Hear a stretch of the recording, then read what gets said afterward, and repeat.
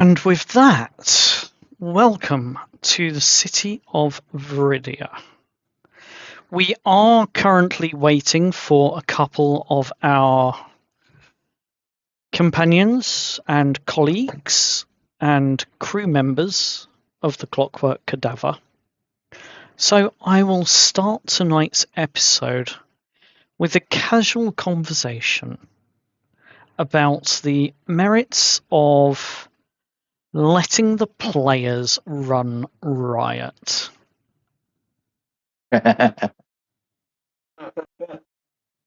What the players so far throughout this game have not realised is that the city of Veridia is a sandbox that I have built for them to fix, ruin, or otherwise change however they see fit. It's like being given a spectacular Minecraft server and then being told, go and do what you want. And in that server is a city that's already been pre-built, and it's up to you what you want to do with it. And this lot seem intent on flattening everything within it on a regular basis. Not true. Not regular basis. Yeah. I mean, last week we had a high-speed chase. That's very, No one got very true. No one got flattened in that one. Much. Much is the quotation in this. If I'm correct, 2 horses perished, and a furnace bloodhound got smashed to smithereens. Yeah, that's the much part. That hound can be repaired. It's all okay. And the horses have gone to the great glue factory in the sky. They're fine. When did horses die? I don't think the glue factory is in the sky. I think it's in the city of Veridia somewhere. See? So nothing went to waste. There are some books being bound at this present time with glue made from fresh horses, and somebody somewhere has probably got a scrap of the furnace hound and using it as a chair. Nothing's gone to waste. We recycle in this city. We are kind in this city. I did not account for recycling facilities, but hey, fair enough. Apparently there's a recycling plant for scrap metal. There's got to be a horse glue factory because that's a very steampunk thing. Yeah, but we don't mention it. Did you say that you had a bit of a long rest after last session? Yes, you would have had a long rest, as it's the next morning when we come back in. One of my exhaustion levels. Say that again? I can remove one of my exhaustion levels. Yes, you can. I forgot you had 2.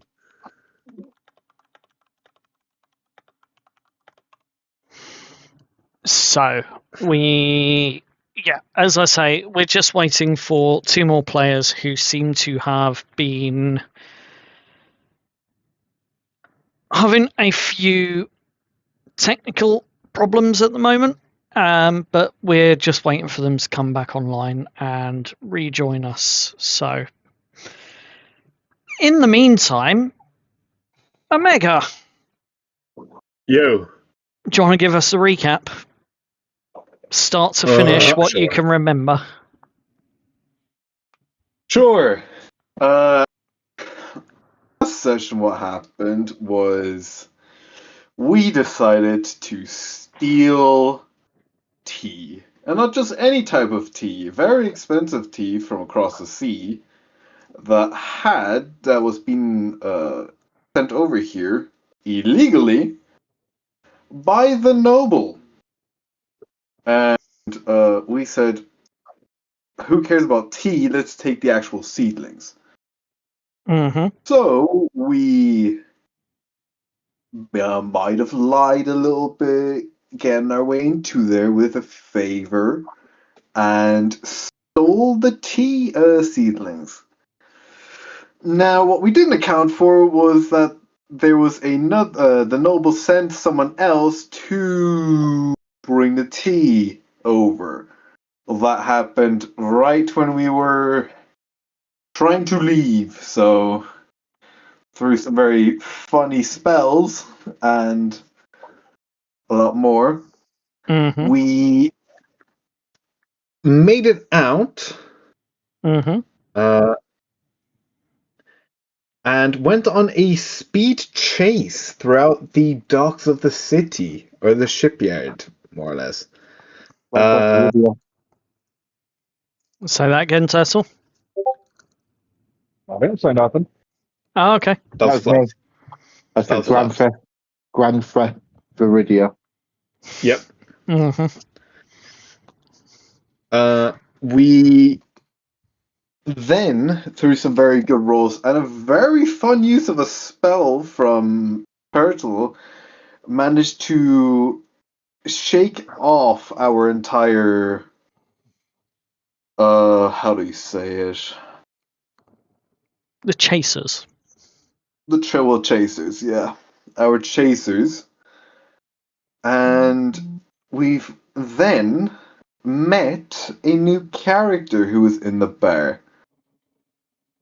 After we eventually got back with Maeve having put the seedlings down below, making them grow now freely, and a Mm-hmm. very pissed off noble. Yep. That pretty much sums it up, I'm not going to lie. Just another day of Veridia. Another day for us. I don't think some random John on the street is gonna be Mm-hmm. stealing some noble's tea. So, we're going to start the day very early in the morning after a long rest. And it's just going to be you three to begin with in the bar, sitting around, and you see Lillian discussing the day's plans over in the corner with one or two of her simulacrums. And as you're sitting there, the bar is empty. No one is around, except for you three, who for some reason was unable to sleep and unable to get a decent night's rest, although you are rested. Just slightly perturbed is how I would phrase it. And as you're sitting there quietly, you overhear Lillian.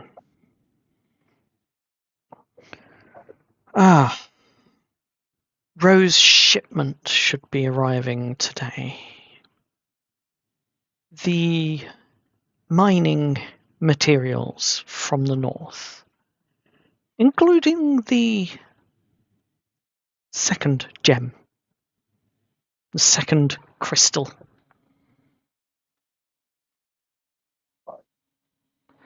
So I want everyone to go about their day, and I want you all to make sure that this place is kept tip-top shape, because I have a feeling I might not be here today. So I'm going to leave it in charge of one of you two. And you hear Lillian's simulacrums. Oh, certainly I can look after the place. Before she steps up, turns around, and walks over to the table to sit down with you all. I don't normally see you lot up at this early hour of the morning before the first bell has even tolled.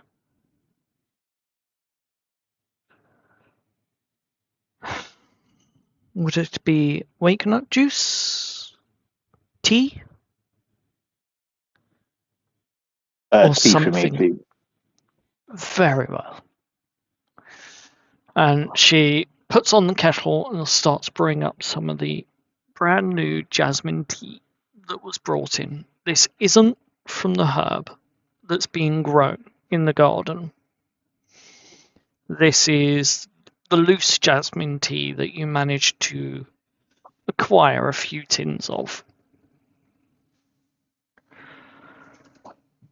And she also pours a pot of wake nut juice. Coffee for the uninitiated. I was wondering. I'm going to start chowing down on wake nut juice because horrible night. So what ails you three? What's on your minds? If I was to tell you half of the things on my mind, you'd need to go see a therapist. Oh, darling, I need to see a therapist anyway. In fact, I have one scheduled appointment in 2 days' time. Poor fellow. Oh, the lady absolutely adores me. Damn. We've so much to goddamn do. There's so many ends.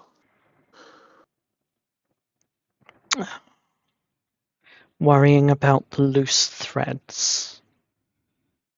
Worrying that the web isn't weaving itself together quite as nicely as you'd like. Would that be correct to say?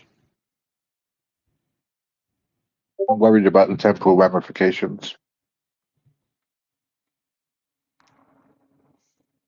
Whatever he said. I don't understand that stuff. And let me spell it out for you. You have a lot of loose threads lying around, yes? Yes. And wouldn't it be sensible if you were to start tying some of them up?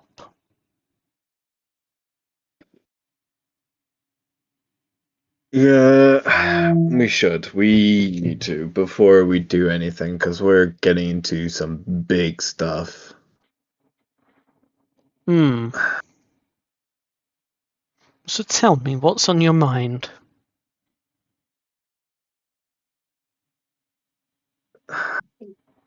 Severin, what loose ends do we still have? More or less. Well, we have to steal a diary or a ledger. We have to go repair a worm machine. What else do we have? We possibly might have to deal with ramifications of this noble. If they find out we've stolen their tea, we've still got all of that weirdness with the pink, purple, glowy tendril monster. Oh, don't we have something to do with the grey mantles as well? Yes, you do. Oh, I wouldn't know about that one. You do indeed. We have a contract to set up.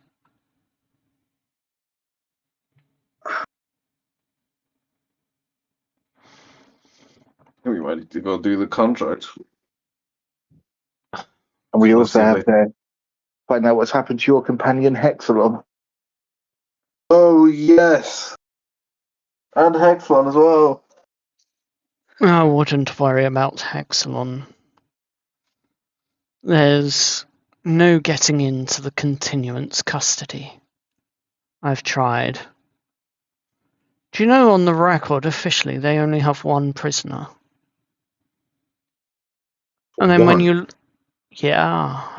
you look at the books from the other side, well, seems they've got multiples. I'm going to try and change the subject quickly there. It does seem like they have multiples of one prisoner. So what do we need to do with the Grey Mantles? Oh, we've got to persuade them to wear, and she starts walking behind the bar, and she pulls out a crate and puts it on the table. Well, we managed to get these made. These are the glasses that allows the Grey Mantles to see the truth once the Fey Garden arrives. We have to figure a way of incorporating those into their mandatory uniform update. Correct, because it'll stop the madness. Well, we could always leave that in Severin's hands, since he is the master of bullshittery. Just get a old file for their current uniform dress code, and I'll just make a copy with the added glasses into it. As long as I have a valid seal and emblem that I can duplicate, I can just make a copy. Oh, Flat. Before we do, let me just test something quickly. And she hands you, not you, Severin, she hands Aurelian one of the pairs of glasses. Ooh. Could you kindly put these on briefly? Yes.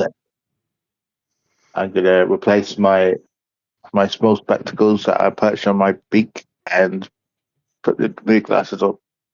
As you put the new glasses on, you see a hue, like a sepia-like hue or tint, initially begin to unfurl over the glasses, and then it clears up. And for the most part, all you seem to think at this point, other than that little bit of weirdness to begin with, is that you're now wearing a rather fashionable looking pair of sunglasses. It's blocking out the sun or any light from outside, and you're fairly confident from the thickness of these that it's also going to hide your eyes from the memory lamps. I have a pair of sunglasses, half a pouch, a pipe tobacco, several dozen jobs to do, and we have to do it all by midnight. There's certainly one way of putting it, but I would like you to observe, if I may. And she looks over at Severin, and she hands you what appears to be a very fine piece of silk.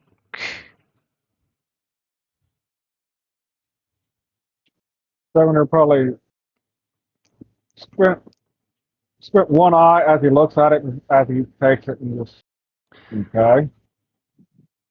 It's very fine, very, very fine, as she begins to unfurl it from her hands. It's almost like a piece of string. And she looks over at she looks over at Kane and simply says, "Now you see this, don't you, Kane?" Mm-hmm. Good. Aurelian, Yes. looking through the glasses, you do not see this thread at all. What am I looking at, apparently? Perfect. And she gives the little bit of silk thread a small yank and reels it back into her palm of her hand, rolls it into a small ball, and plops it on the table. You can take the glasses off now, Aurelian. Okay. And as you take glasses off, you see that small ball on the table. Where did that come from? Let's just say some webs should never be seen. And just like that little bit of trickery that I've just performed for you, Aurelian, these glasses will prevent the grey mantles from seeing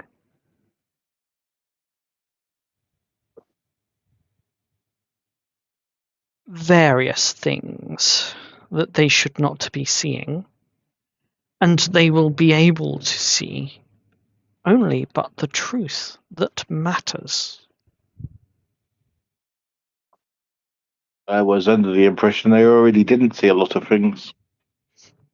That is correct. We're just ensuring they see the right things with these glasses.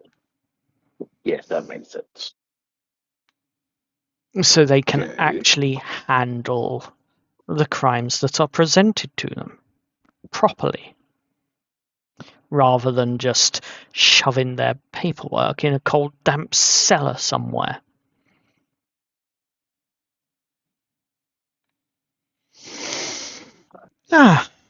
She looks up. And as she looks up, you see the door from the roof, from the upstairs, opening. And stepping down through the stairs gracefully as ever, you see Maeve coming to join the party.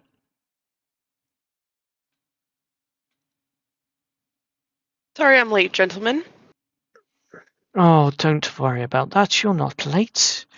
It's still You're on a first. more on time. We were Yeah. early. Lillian, dearest, how are you? Oh, I am doing wonderfully. Wonderful. It's early, and I have errands to do today, and I have a delivery turning up a few minutes after the first bell tolls for the morning. So I'm so looking forward to this shipment because dear Roe, the one that's been supplying the black honey mead for the bar, he's come through for me. And one of the contacts that he gave me from our northern traders, has delivered a certain series of gems and minerals that are required. That should be turning up shortly, once the bell tolls, and I'm so looking forward to it. Because it means we'll have 2 of the 3 crystals that are needed for the repair that we all have to do together.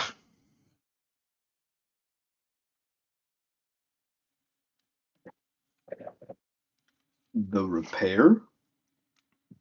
Of the Wormwell engine, of course. Oh, yes. Yes. After all, that's in 5 days, isn't it? Oh, Maeve, darling, do enjoy the tea. It's just freshly brewed from the jasmine leaves. The tinned stuff, not your fresh plants. I'm well aware that the first brew from that has to go to the Archfey. I actually think we're now down to 3 days left, if I'm not mistaken. I think it's 4, isn't it? No. It's 5 days. This. I've been keeping track. I wouldn't worry. Well, I did have a slight little issue with my, so my memory could just be a little off and scrambled. I mean, if it Oh is my only God. if it is only 4 days, then I do apologise, but I have not slept myself. As you know, I work better at night anyway. That's why my simulacrums are here for the day. I need a well-deserved break from all of this. That's fully fair. Have you met us? Yeah, do you know what? I think Unfortunately. that's just quite rude. That's just unnecessarily rude. No, dear, it's unnecessarily true. Well, you know what? You're an ass, so it's fine. And it's also very unfortunate. But I'm not telling you who it's unfortunate for. And she gives you a wink as she says that.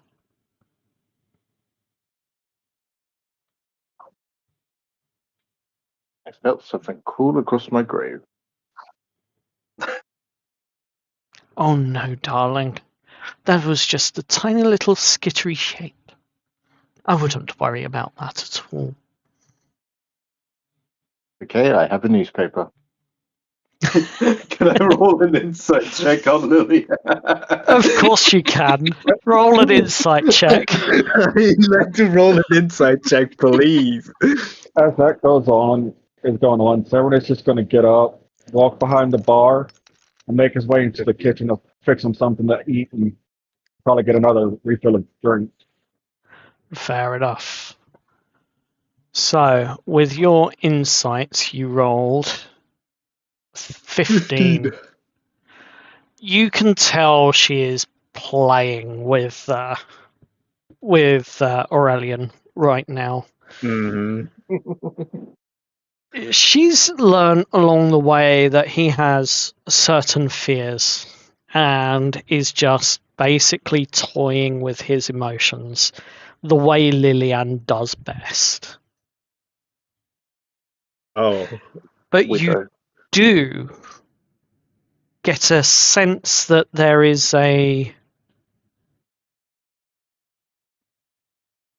maybe something slightly more serious in undertone to the way she's doing it.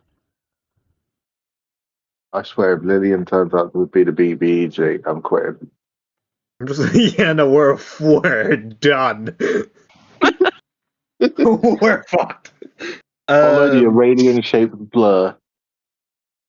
I'm just gonna give her like a look of like Was that something's going on. Was that too much? I don't mean to hurt your emotions. I just love to play on people's fears. That's all. I do apologize. It's okay, my I, dear. I wouldn't apologize, dear Lillian. He seems to need to loosen up a little bit sometimes. Yes. Well, we all do, especially this early in the morning. And as she says that, you hear the first bell toll across the city. Severin will essentially come back out of the kitchen with a tray with an assortment of random breakfast items, biscuits and croissants and such like that. Little things of jelly and such. Another refill of tea, another refill of wake nut juice, and just set it onto the table. I have a feeling we're going to need a lot more drinks and a little bit of food. It's probably going to be a busy day today. Busy for who? That is the I don't question. know. I just feel an impending doom in our future. Why? Things are looking up. We're making more money than ever in this tavern now in the evenings, and well, we've got some decent tea, and more to be brewed, and more to be grown. We've got No, a root system in place, beginning to spread into the underground tunnels now. Maeve, I hear you've been doing some phenomenal work down there. And from what I could see, some of the concrete's starting to split to the soil beneath. I would apologize, but it would be false coming out of my mouth. Oh, no need to apologize for something the Archfey truly wants, is there? Exactly. If I could turn this whole city into a large flower bed, boy, that would be the day.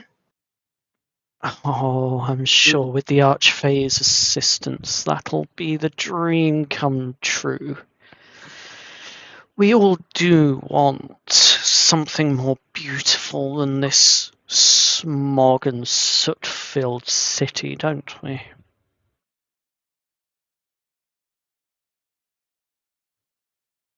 I mean, yeah, absolutely. And Aurelian, you yourself said it, that what we have now is not right. At least, not according to time. Yeah, temporarily it's out of sync, but I will go on record as saying, don't quote anything I say because I can never be sure if it's the right thing at the right time. Well, as long as the wrong thing at the wrong time is said, we can only ever guarantee trouble. So I hope your words are correct in the correct manner instead. Oh, I hope so too.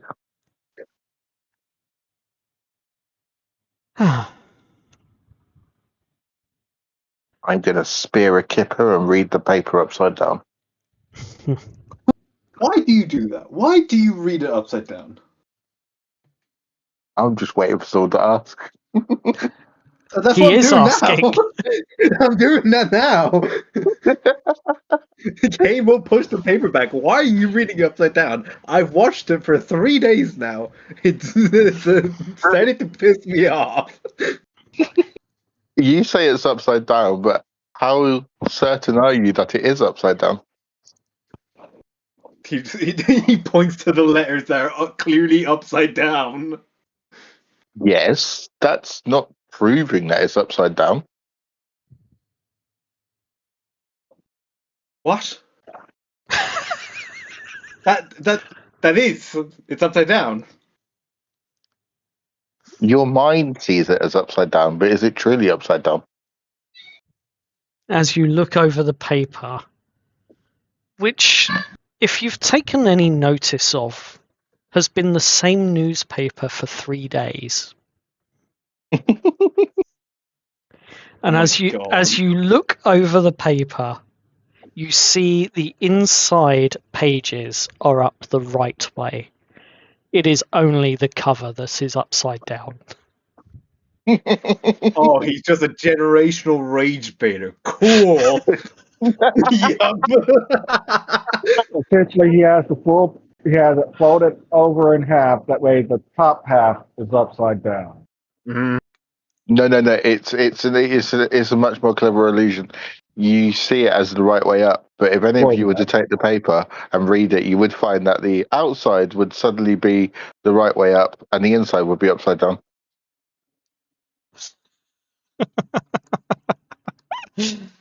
Ah, So, so your whole point is just to rage bait us. yep. Oh my God. I worked that out from day one. Thank you. I never touched the paper, so I just didn't realize it. Each time you said he's reading his paper, I always blanked it out because it's just something he does. I was waiting for someone to ask. Oh dear, well, it does seem one of us is sleeping in and going to skip breakfast today, but, and as she finishes, or as she continues to talk, there is a loud knock on the door. We don't buy Girl Scout cookies. Immediate The hell you divine say? sense. And of course we do. Yeah, we know. We buy Girl Scout cookies. Get out of here. Are they Delivery! made with? Are they made with 100% Girl Scouts? What? Delivery for Lillian de Cruel. You in? If I use shape water and take from Kane, is that possible? Just take it out and Are you gonna, splash it Aurelian. steal my water? I'm using you. I'm a source of great. I'm just being taken apart. You'll get it back. You'll just like Officially, reabsorb you it. gave him a haircut. Please don't throw Kane at me. Joel, you're getting Joel. You're getting King thrown on you. Roll to throw Kane at Aurelian. We're raising Kane. This is going to be a spell attack. I'm going to class it as a spell attack just because.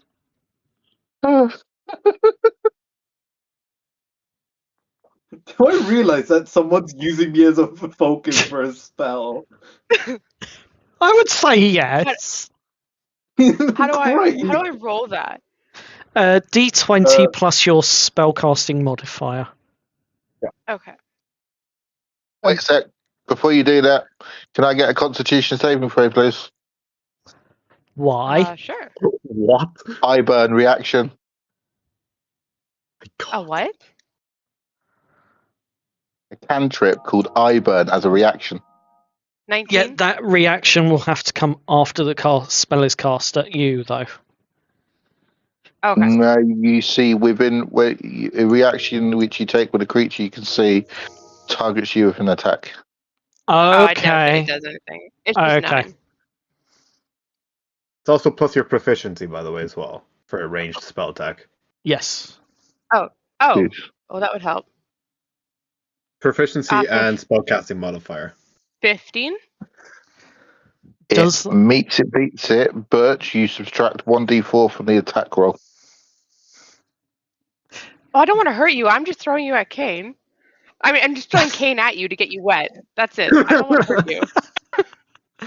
Yeah, but it's minus That's a hell of a 1d4, thing. so unfortunately, although you managed to succeed in throwing Kane, or Essence of Cain. essence of Kane, at Ode to Aurelian. Aurelian counters it, and it does end up splashing harmlessly on the floor in a circle or semicircle around Aurelian's feet. Although you did manage to get the newspaper slightly soggy. Good. As- That's what we're aiming for. I guess as that's going on, Severin would have went and answered the door. Oh, finally. God, I thought I was going to be stuck out in the rain for a couple of hours. Here, delivery for Solid. Lillian. Thank What's you. your name? The name's Jeff. Nice to meet you. Jeff. Right. Jeff, sign. Can you sign here, Jeff? My name is Jeff. He'll reach into his coat pocket and pull out his own quill and just do a quick scribble saying, Jeff. Wonderful, thank you. At least I've got the record now that everything's been delivered. That's good. Right, I'm off. Ciao. Oh, by the way, just to let you know, there was a second courier that picked up a second package, and he should be coming down in about an hour, based on his journey route. So just stick around for that. And then he turns Alright. around and wanders off. And you have That's in your about- hands a fairly heavy, it weighs about 15 kilos in total. He'd have it kind of his arm cradled underneath it and resting against his torso and such as he just walks over back to the table, sets it down gently in front of Lillian. Your package. I've got another one coming. And then sits back down. This one I was expecting. And she narrows and squints her eyes. I'm not expecting a second. Well, that's what the runner said, that there was another package on its way about maybe an hour or so. Oh, well, at least we'll be here to collect it, I suppose. As she opens the crate in front of you, you see various rocks and minerals. Some of it looks like iron, some of it looks like copper, some of it looks like smelted brass, some of it might be tin. But there in the middle of this crate is almost like a nest that's been built around another crystal. And as she pulls the crystal out, she takes one look at it. Oh, Ro. Well, at least he pulled through for us.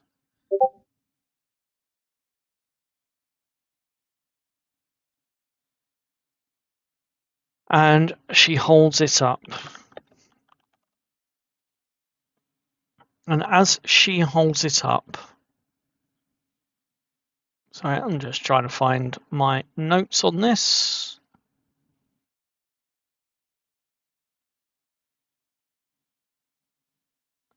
As she holds up the crystal, you see that it almost glistens and creates a prism of light that's shining through it, almost rainbow, almost like that of a rainbow on the bar behind where she's holding it. And she looks over at all of you and she pulls out from the little pocket dimension that she has the time crystal once again. And as she holds it up, she looks over at you, Aurelian. Oh, we lost a turtle.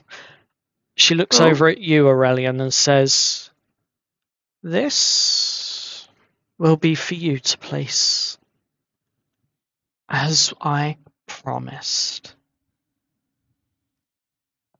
Yeah, wonderful. And then she pops that back in. And then she pulls out the other one. This is a resonant crystal. Took me quite some doing to acquire it. But do you remember what happened on the recording? Blimey, it's been a while. Is that one of the things that apparently trapped the tendril thing in? Absolutely, except this one is whole Oh, and not good. cracked. And with a flick of her wrist, you see the resonant crystal begin to spin, almost like it's floating, hovering above her hand. And you hear it beginning to hum. Before she closes her hand around it and pushes it into the pocket dimension with the other crystal. That resonant crystal I will give to Kane to place in the machine. I mean, sure, I'll place it. But there is one more crystal we need to acquire. And that, unfortunately, is in the Museum of Civic Memory. Mm. It is called the Civic Witness. For a good reason. Unfortunately, it's also held in a lab, and we don't exactly have access. Oh no, don't tell me we're planning another heist. We did so well last time. You did well. You guys You took did so well. long. Well, I'm still trying to work out the ins and outs of this one, and how we're going to acquire it. We took Because- so long, yet we beat you back here. I have a Hush. question about this lab. Uh-huh. How heavily guarded is this lab? Unfortunately, that's not something I can answer. Oh, So you know about the lab, but you don't know about the ins and the outs of the lab. I only know about the lab because someone let it slip. that's strange. You normally know something about anything. And Oh, yet, we're in the deep end. this place I know fairly little, other than the curated truth it produces. Well, instead of a heist, why don't we just go in and do a smash and grab? I think we should just do, first of all, before anything, a lookout. Why don't we just see if we can get into the lab? You know, isn't that the thing? You try the doorknob before you break down the door? Well, No D&D party tries the doorknob. that is a sensible option, but well, let's just say it's not going to be easy. Oh, Lillian, it sounds like you know a little bit more than what you're letting on. Well, you see, there are several floors in the museum. There are multiple methods of going in and out and getting in and out, but every single entrance and exit has been covered by memory lamps. So whatever we do to get in, we have to look legitimate. We have to be there for a good reason. We And could that's as pretend to go much visit the museum. as an idea. What about a gas leak? We could put Aurelian in there. In a museum that curates the truth. Not sure a gas leak's going to be believed. Didn't they? After eating your bean tarts last night. Let me address some historical information here. Someone tried, not near a decade prior, to rob some of the most valued artifacts out of the Museum of Civic Memory. And during that process, they had it all figured out. From the entrance to the exits to the route they took, they even managed to not get caught by any of the surveillance or mechanisms or traps or other wild recording devices they had at the time. They got in, they got the goods, they stepped outside the door, and was shot instantly.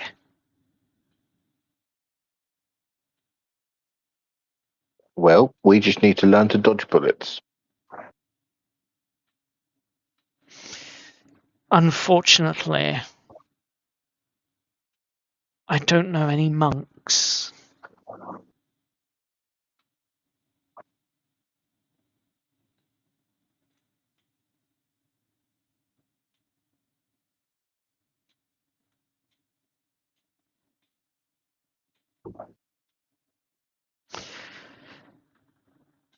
And as this eerie silence settles over the table, it's been maybe 20, 30 minutes, but you all hear it.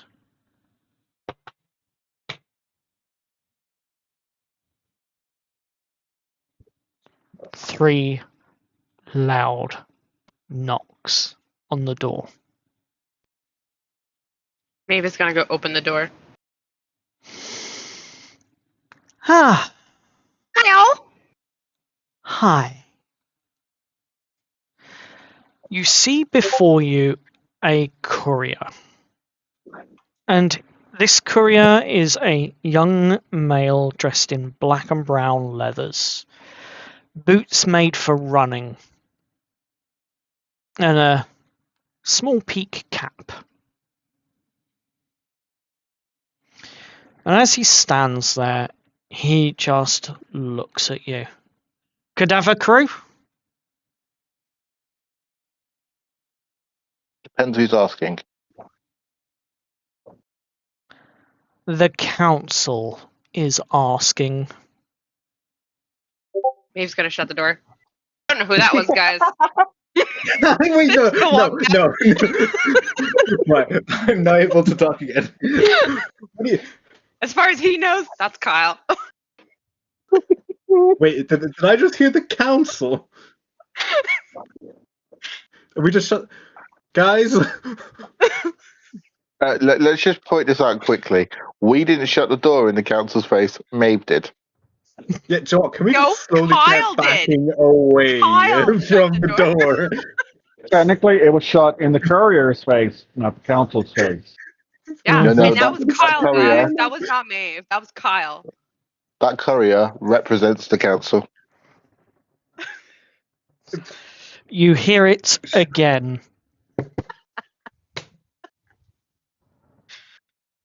Do we answer it or like? I think we are ought to answer it. Or just start speaking in primordial that we just don't know who it is out loud to him. In primordial. Yeah, I'm no. gonna speak. I'll speak in celestial to him. And celestial.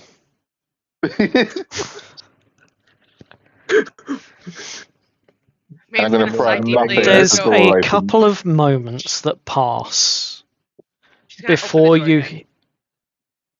as the door opens, there's a couple of moments that pass before you hear and see him holding up what appears to be a small stone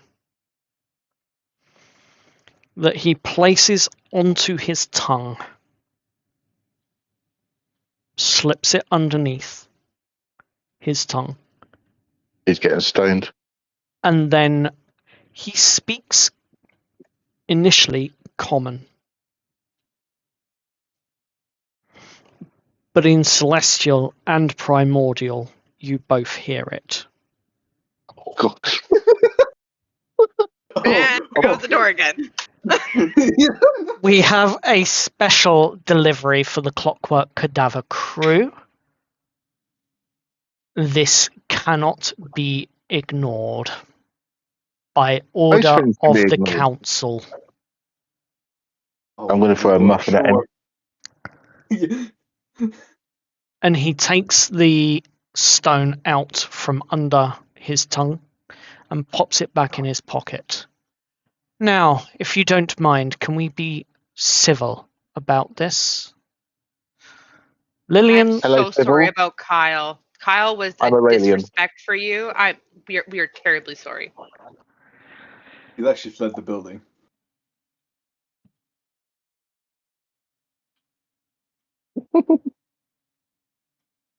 My Random dude called Kyle. understanding is as follows. In common, you are all needed voluntarily for something. I do not know what. The details are handed to you in the letters. There are two. One is for one of them is from the curators at the museum themselves. The other is personally addressed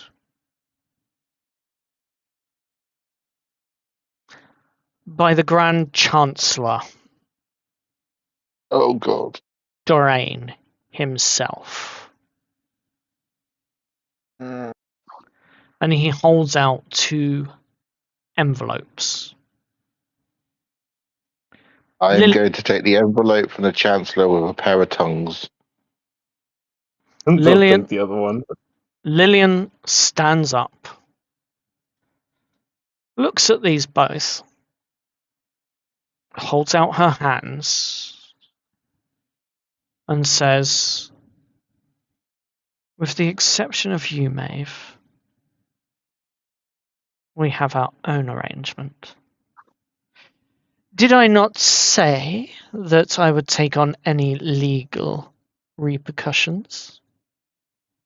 If this comes from the council, then clearly it's of legal matters. May I see these and accept them on your behalf? And she holds out By her all means, hands for the envelopes. I'm going to use the tongues to drop the Chancellor's envelope in her hands. We'll give her the other envelope. Perfect. She begins to open the first envelope. And as she does so, she notes that the seal is set by the authority of the seat of culture, memory, and public morale. It is indeed the sign of the Museum of Civic Authority. The truth that is presented to the people of City of Veridia. She stands tall and opens the page,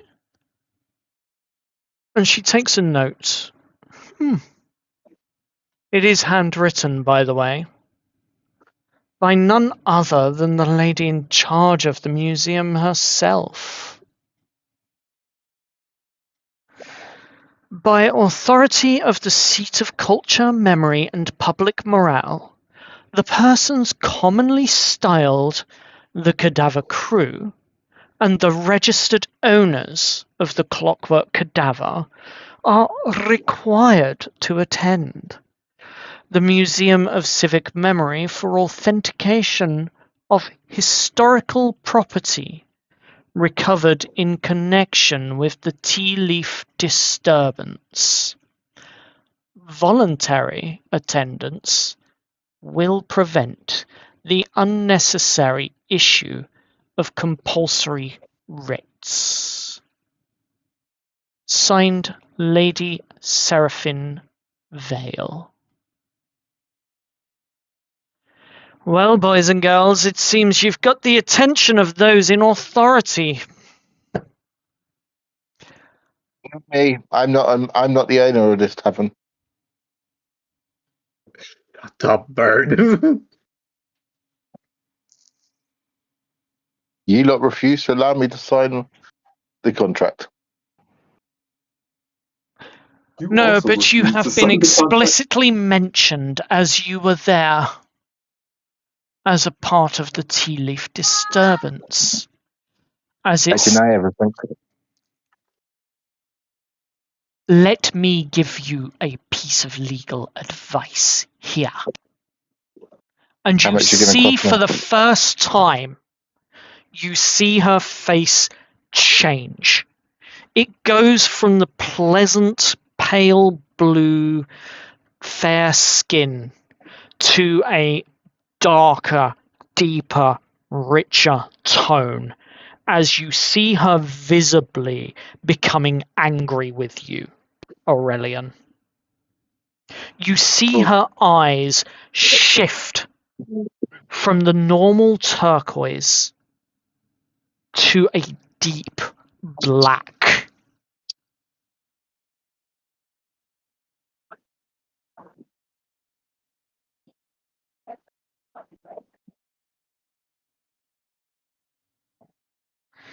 I said I will take on your legal responsibilities, but a part of the cost of that is that you do as I say, and you shut up when I say, because a word like that in a courtroom or in an audience will get you in so much trouble that you will never be able to recover the truth.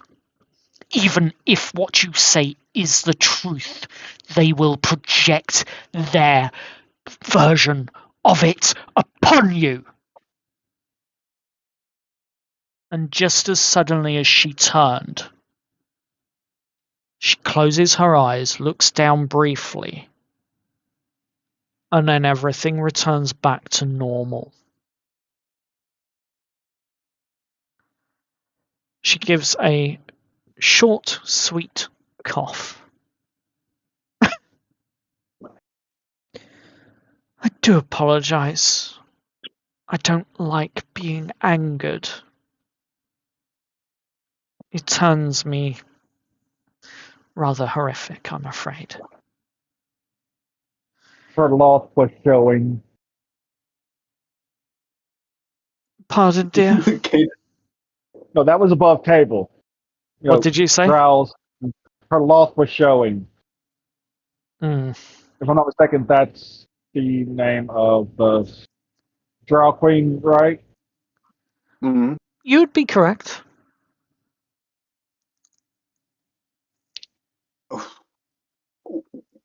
damn. Okay, well, Let's not anger Yeah. the person who has the power to stomp all of us. Yeah. 100% Severin Aurelian. with that interaction, that little outburst. Severin ain't saying shit right now. Lillian Kate is smiles. slowly like backed away as well. Like, oh no. Severin's just sitting there sipping a bit of tea. Quiet when spoken so roughly to, I see. Indeed. No, I just don't know if I should speak at this present point in time. Severin, dear, Well, yes. I do sense that we have our final crew member at the doors waiting to come in. She seems to be a little nervous after possibly hearing the outburst through the door. Maybe you'd like to see her in? Don't blame her. Don't Well. slam the door, though. Oh, I also like to state that parcel didn't really sound like we were being offered a choice under the guise of volunteering. It also sounded like I had a hint of whether you show or not, it is your own choice, but should you choose not to, we're still going to drag your ass there. Correct? Pretty much. That, he dear says that- Severin, is called voluntold. Yes. Yes. Voluntold? Essentially, what he's saying that as he's walking down to the door to open it up and let them in. Let Sienna Indeed. Hello. Sienna too. Oh, You enter the tavern, Sienna, and you see what appears to be a very, very edged crowd of the usual crew. It does not take a genius to work out that they've just been told off by someone.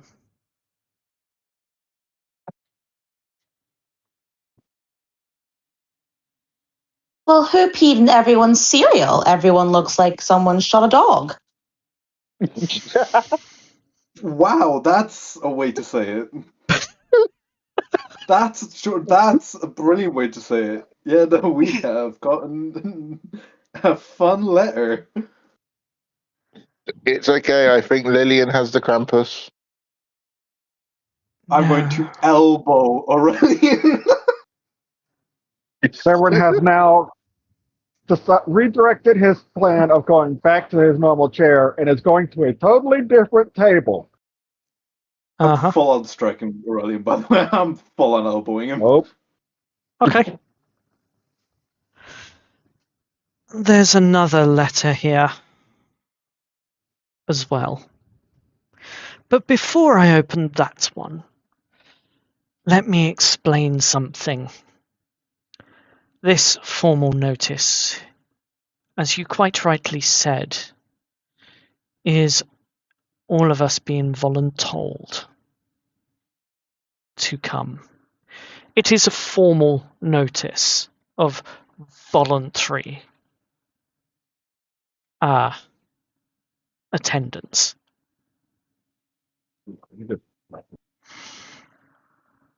But you see what we were discussing earlier.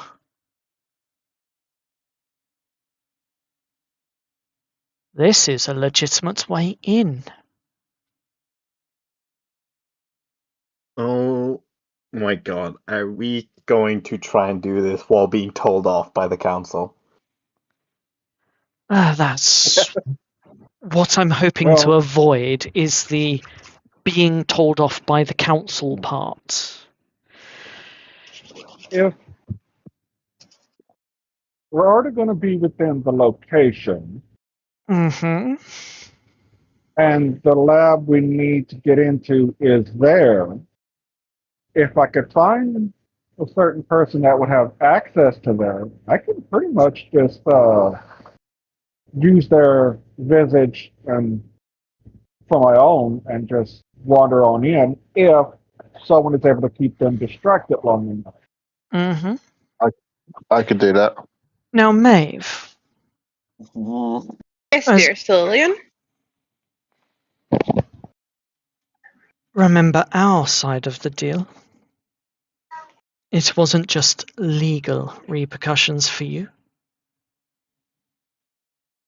Oh no, we have a deeper bond within our contract. Indeed we do. Any repercussions. So I will is someone Is gonna... Sienna covered by your contract She to assist is. you in legal? She is covered. Don't worry. I'm covered by what? Can someone fill me in on some details here? I feel like I'm having everyone speak a foreign language around me, and I feel very uneducated in the moment. It's not a Don't lot. worry. Just Okay. know you are totally culpable. Well, Okay, we did something. I'm going to. Now go on. No, go on. I'll let you explain what you did first. Right, well, we did something that was probably one of the most stupid thing we've done, but worth it. From someone taking something from someone who was very powerful, and now there are repercussions of that thing that we did. Oh no, the Now we're consequence to being your summoned. actions. Yep. Yep. Okay, and I'm involved? I don't think so. No, you're not involved by in that. proxy. Okay, that's good. I hate being involved in shit I didn't cause. But you are summoned as part of the cadaver crew. Yes, What? certainly.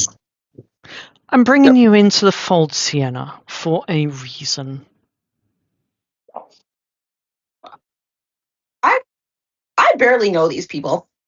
She hands you a letter. Upside down. Is it the letter that you sent me by any chance? Shenanigans.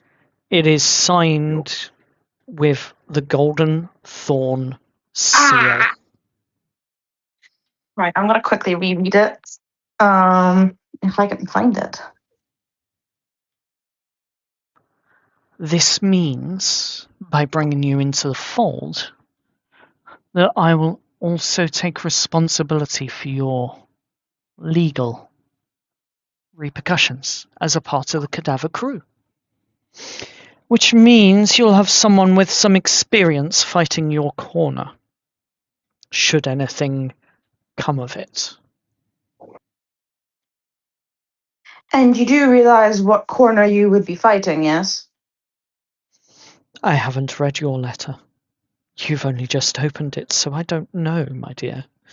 You haven't told us anything about what's going on. So do enlighten us if you wish. I wish not.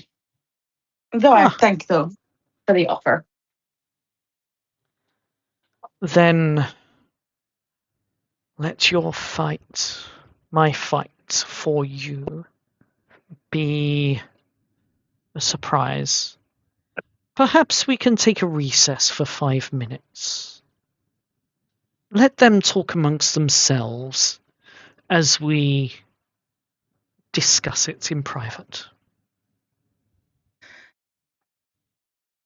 I suppose. And she reaches over as if to request politely the letter from you. Sienna folds it diagonally so that the corners don't quite match and it kind of looks like an M before handing it over. A very distinct fold. Fair enough. She takes a look at it and then very carefully unfolds it to read. And as she reads it, she is not reading it out loud. So for the rest of the crew, you do not know what these words are. Private Estate Notice. Sienna Malone. You are required to attend regarding the unresolved estate of Edric Malone, deceased, and the outstanding covenant of settlement attached to that estate. Absence will be treated as refusal of reconciliation and evidence of continued unlawful evasion. Authority, Office of the Grand Chancellor, with a private seal of a gold thorn.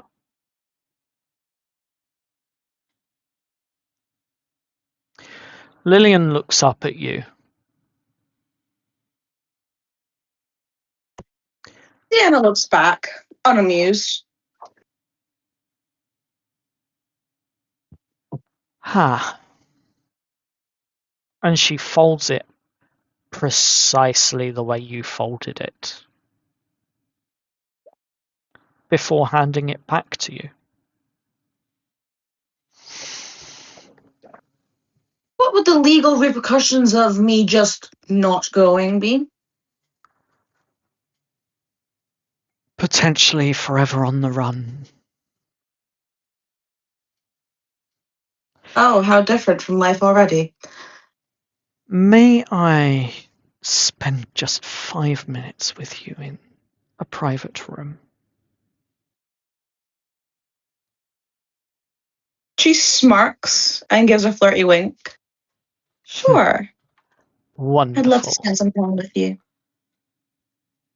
and she disappears off.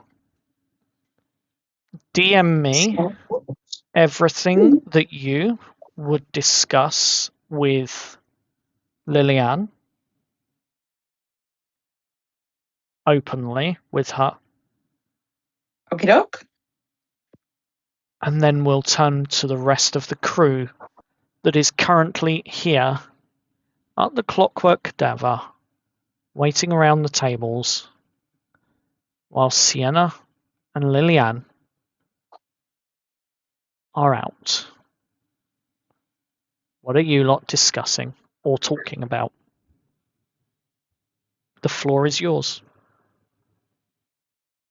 Guys, how bad is it that we're being summoned? I haven't been in the city for that long to know how bad this is. Oh, it's never a good thing if you're personally summoned by the council. It is only our group that would still be bad. But it'd also be far worse if it was all done by name. On a scale of 1 to 10, this is 100. You're giving me no hope at all. Severed, however, has given me a slight bit of hope. It's kind of a flip of a coin, really. It could be bad, could be good. But as I stated earlier, I have an impending sense of doom in our future. Things have been going relatively well. We're bound to get kicked in the balls eventually. Way Or too just well. Just remember, deny everything. Joel, I feel bad for Sienna being dragged into our shit. No, don't feel bad. We're dragging somebody by proxy into our problems who is also bringing her own problems to us.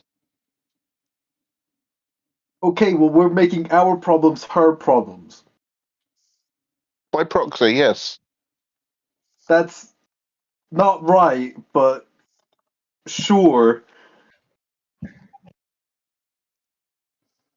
You have some strange morals. That's the way the oatcake crumbles. I at least have a good little ploy I can always use of technically.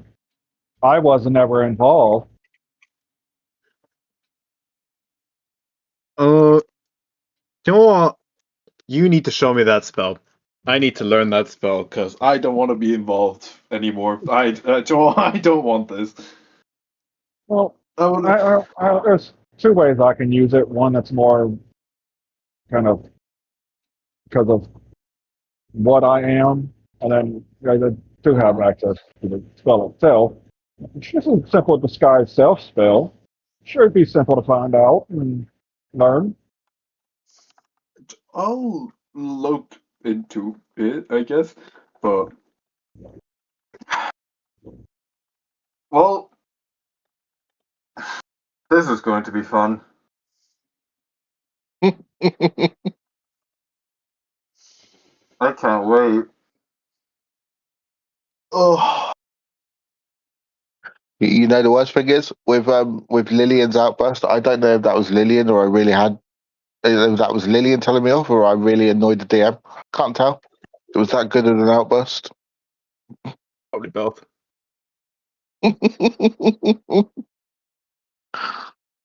Oh, yay. Above table. That was Lillian. 100%. Oh, I not for that. I really thought It pissed you also off. I also kind of got the hint of the Drow Queen kind of hearing through this. That, from what I've heard and read, she is full on, will be that way to anyone that's not of her type or follower. A mean woman. She's very xenophobic. She's a That's scary woman. Oh, I'm scary, am I? As you hear Lillian from across the bar. just hanging with Sienna. I hoot and fall off my chair. Sienna You gives are a mock chuckle behind her. Mm-hmm. Not you, but more of the Your mum. My I elbow mother. Aurelian again. I elbow Aurelian again. I wanted to essentially call her what technically she would be, but I had to stop myself because I know it would be a bit of an issue for someone. I'm not wrong Divine though. smite with Am an I not elbow. technically wrong that the queen of the drow, the loaf, is actually the mother of all drow? Technically, yes. Technically, So yes. yeah. So yeah, Yeah. it's your mum's problem. The all mother, essentially. My mother. Nice divine smite with an elbow. No, I can't. Cool, thank you. My I'm doing mother damage this time. would not touch this city with a barge pole. I don't blame her. Nor do I, really. I wouldn't even touch her with a disinfected barge pole. Hmm.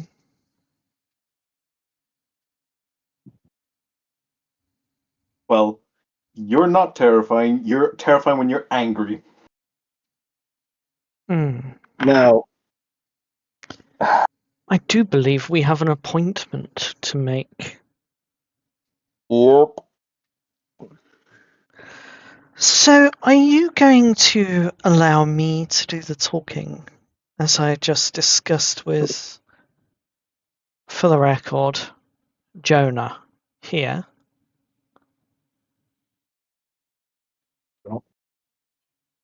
Oh, okay. I'm gonna stand Who's there and Jonah? pretend I don't exist.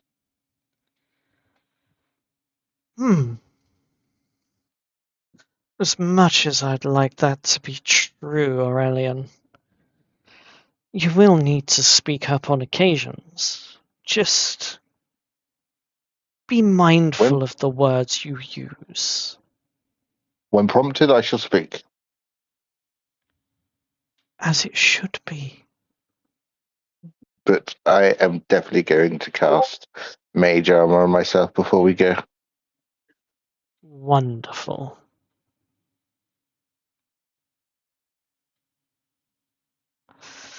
And with that, she looks at all of you. I think it's time to pack your bags. I believe we've got one hell of a surprise. Oh, would you mind if I brought one of my simulacrums with me? Having two of me could make things a little easier, as I know none of you seem to be too good at note taking.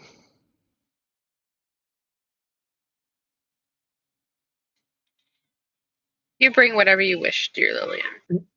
honestly, yeah, no, Uh, bring whatever you wish to. I have a little something that I'm bringing along with me, so I don't think he'll be very good on note taking.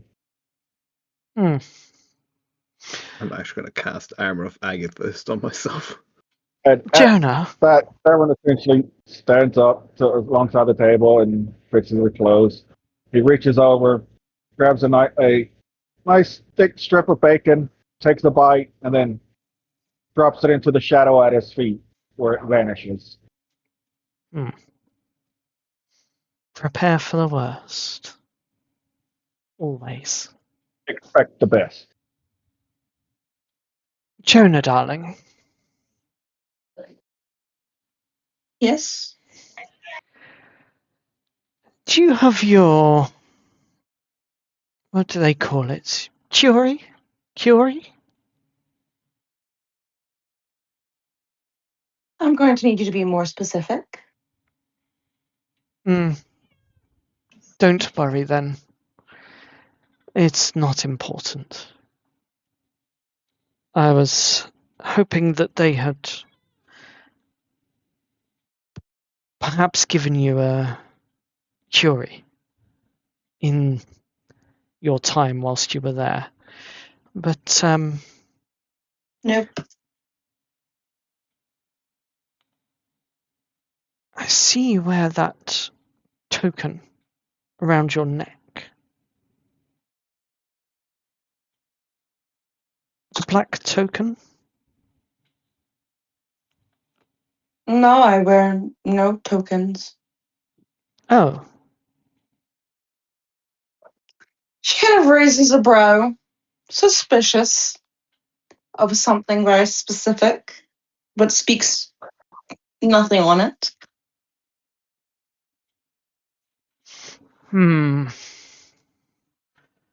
Well, do tell me that you have the token they gave you. At least upon your person. I have a token of sorts somewhere. Very well.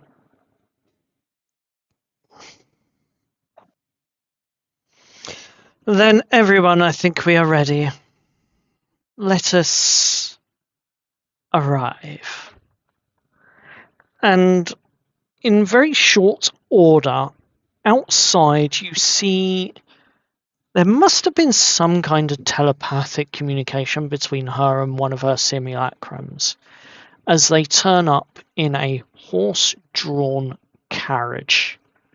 4 horses out the front, and the carriage large enough to fit all of you comfortably. Dibs on the window seat. Well, they're all window seats, Aurelian. They all face inwards. Well, I stick to my former words. Dibs on the window seat. Oh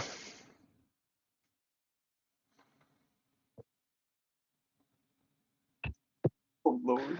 The journey from the Clockwork Cadaver to the Museum of Civic Memory takes you from the smog-soaked streets of the city of Veridia, where you belong, and into the more wealthier districts, until you find yourself standing outside of the carriage on what appears to be a beautiful marble-built masterwork of craftsmanship and engineering, as this dome-topped museum, 3 floors high,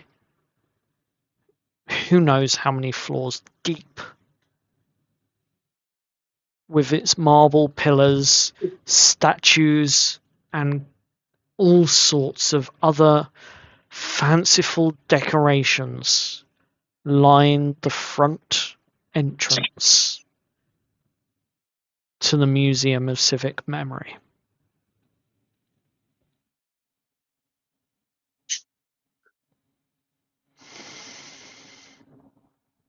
As Lillian steps out in the carriage, the last of you all, she nods. There's 2 in my keeping, and 1 left to acquire.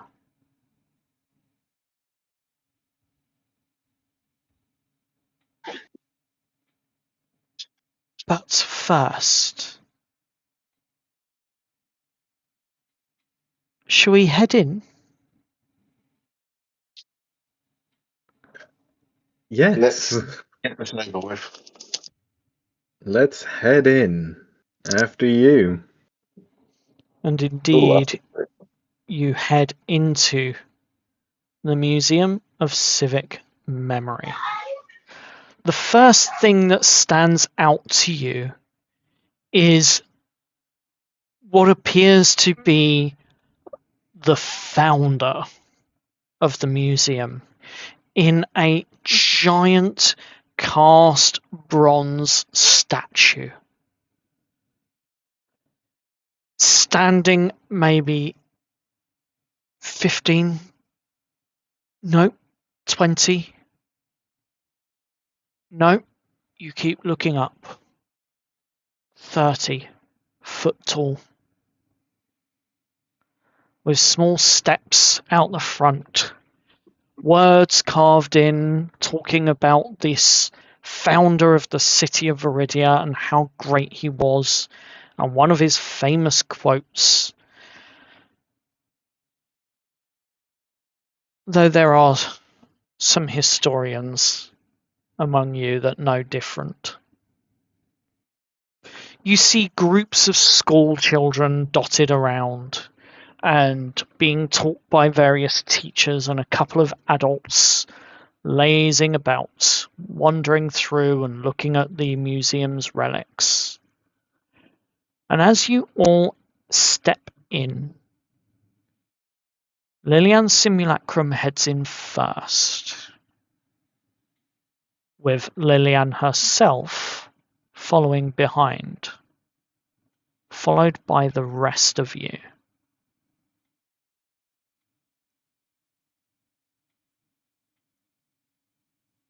As you step out into this huge gallery.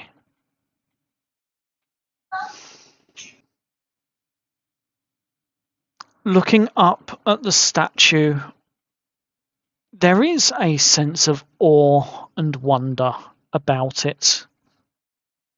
Of that, there is no doubt at all. This thing was a masterpiece when it was made.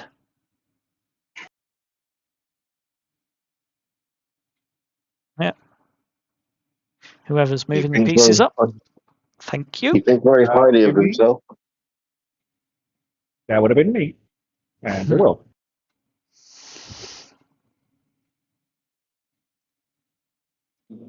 Oh dear. Lillian stops and turns to all of you. From this moment, I represent the establishment and every name attached to its deed. You do not answer questions without me. You do not consent to magical examination, and you do not surrender a key, a journal, a memory, a plant, a hair, or particularly persuasive confessions.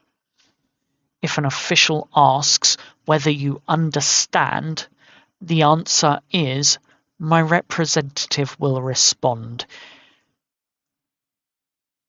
Clear? Mm-hmm. Crystal. Yep.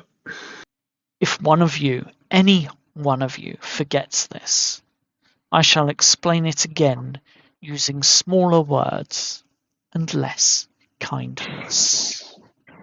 Everyone's going to slowly turn his head to the left and look at Aurelian. Yep. Yep. Yep. Everyone's deadpanning the bird. I'm just going to look at the whole lot of you. Don't look at me in that tone of voice.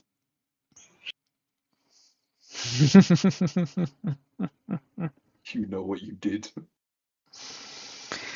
As you walk in and finish this sentence, Lady Seraphine Vale herself appears before you. She is about 40 to 50 years old, give or take. Human in nature. Fair hair and flowing robes, as it were. White and pretending to be pure like the day. And as she steps up and approaches you, she turns your attention to one of the exhibits nearby that's slightly out the way of all of the other exhibits. And she walks you over to it as the group of children begin to move out from the area. You all move in. And one of the children turns, looks up at you, Kane. Mm-hmm. Oh my God. Are you the man, the blue man from the portrait? Oh shit! He just looks at him confused, huh? He just looks at Lillian while looking at the stone. Lillian just gives you a nod as she looks at the scene, and you turn back and all of you take a look at this now. And you see before you what appears to be the very carriage that you essentially crashed and ruined. Everyone's going to lean over. Wheels slightly broken, two modelled dead horses in front of it, and behind the carriage sit several portraits. They're only chalked outlines,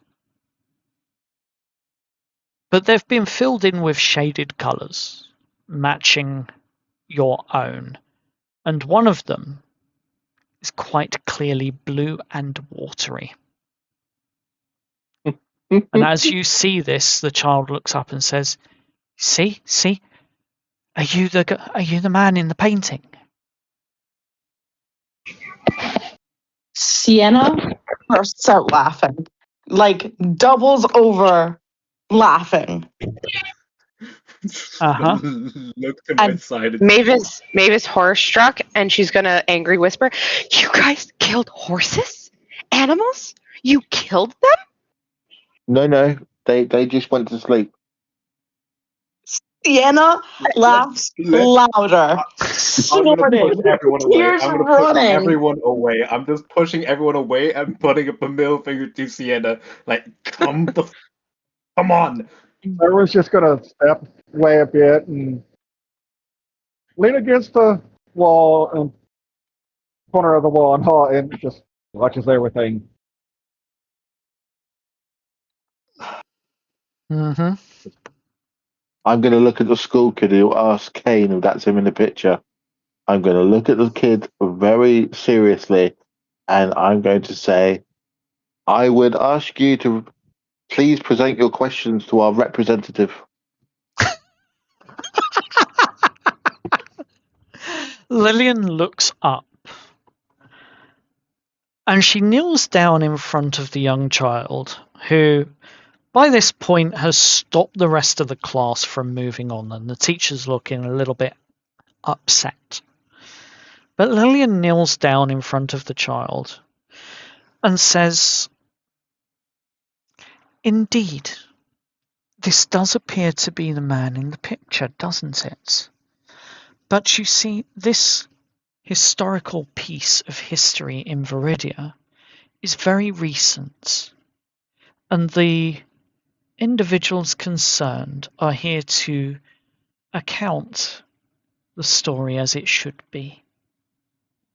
So, this piece isn't complete yet, and there will probably be some changes in the drafts, as this is just a draft, isn't it, Seraphine Vale, my lady?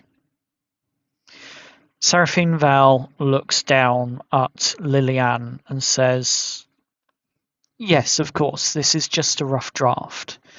We don't mean to keep this on the presentation. We just wish to learn what the truth is before we display it in its historical accuracy. And you can see the false smile encroaching upon Seraphine Vale's face.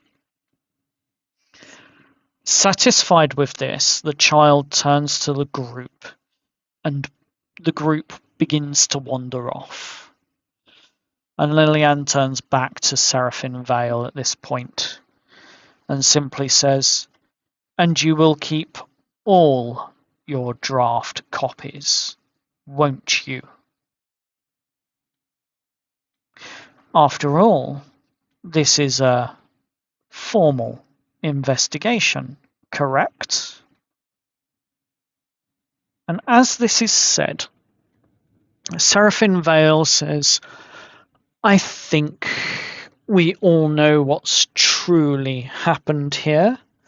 There are some statements required from the party, from the cadaver crew, and yourself. We have methods of interrogation, but I'd rather an honest conversation. And she looks over at you, Aurelian. Perhaps over some tea or some freshly imported wake nut juice. No, thank you. Ah, fine. But that is one neutral witness that you may or may not have acquired with that child. So do take a note of that. Mm-hmm. We scared the child into being a witness. Kane Right, could have I'll write just that said, yes, that could have been me. But also, stay in school, kids. Like every hero should. And don't do wake nut juice. Yeah. What do you mean don't do wait nut juice? Wait nut juice is great. Wake nut juice is No. coffee. Yeah, but it's a drug as well. You know, I'm trying to subtly tell kids not to do drugs. But not just say, don't do drugs. Why not Yeah. just say, don't do spice? That too. True. Anyway, moving forwards with the story. Sienna. Feeling a Yes. little left out of this, knowing that your portrait isn't there. It's not long before, as you're all dragged into one of the more office-like rooms to the south. Let's make sure you are all in the room. It is quite cozy in here, but you are merely waiting outside, admiring the thing. And there is an individual that appears that you recognize.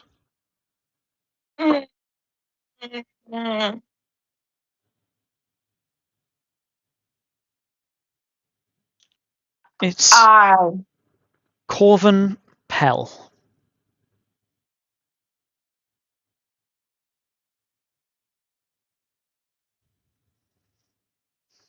Oh, Jonah!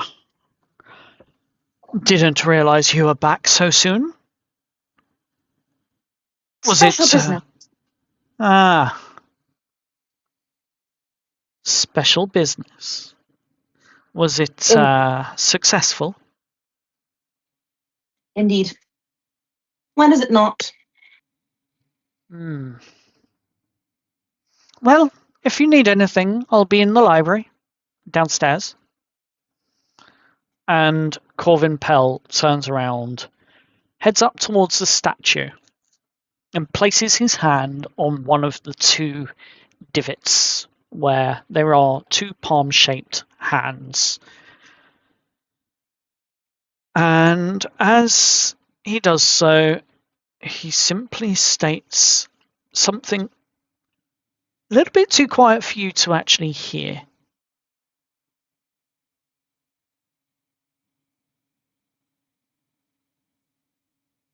But the statue begins to drop one of its lower platforms,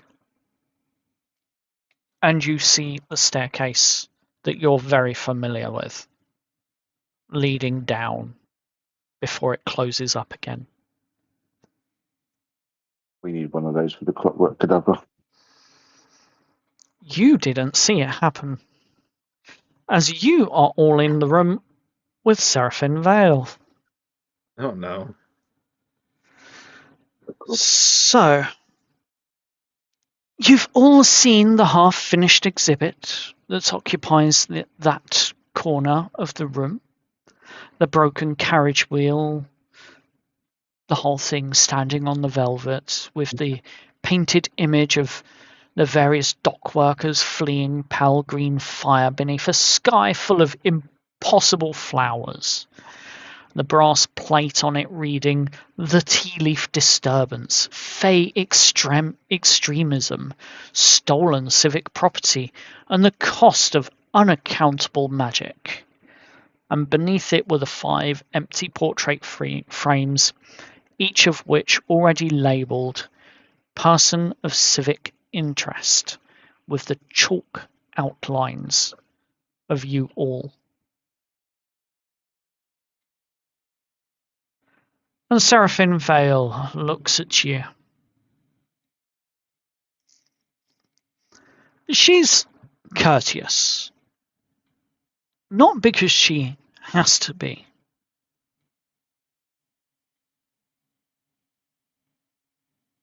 But because there's an underlying reason for her courtesy.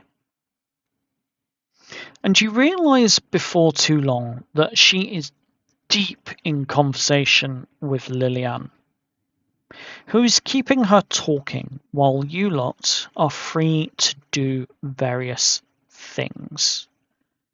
As Lady Seraphim pours tea, as though none of you have ever stolen tea in your life. Oh, the museum has no interest in punishment. We preserve context, as you know. Lillian accepts the cup, but does not drink from it. Well, context is a charming word. It allows a liar to wear all of the correct jewellery, does it not? Lady Seraphim says, "Well, the exhibit is only a working draft." Yes, I know, you've said that, darling, but if that is only a working draft, then legally you will have to preserve every draft, because we will need to know which errors were corrected and which were commissioned. And she looks over at the rest of you. Lillian does. And it's about this time that Sienna walks in.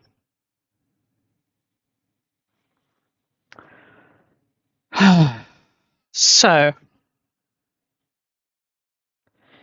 keep it short, keep it brief, one at a time. What is your version of events? I need you to prove the chain. Me, personally, I wasn't there, but I would like a cup of tea. And she'll like sit down at the table, pour herself a cup of tea, and just sit and watch like it's a soap opera. Excellent. Did I try and nudge the drink out of her hand before she takes a sip of it? Oh my god.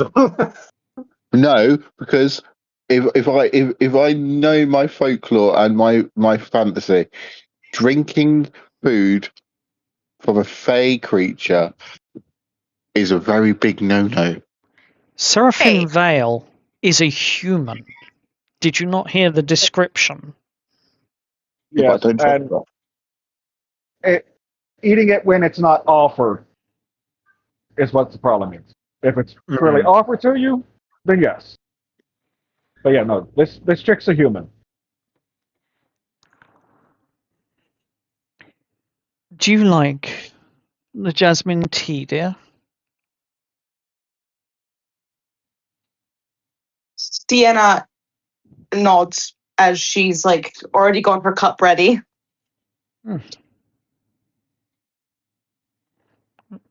Lady Seraphim Vale smiles. A rarity, is it not?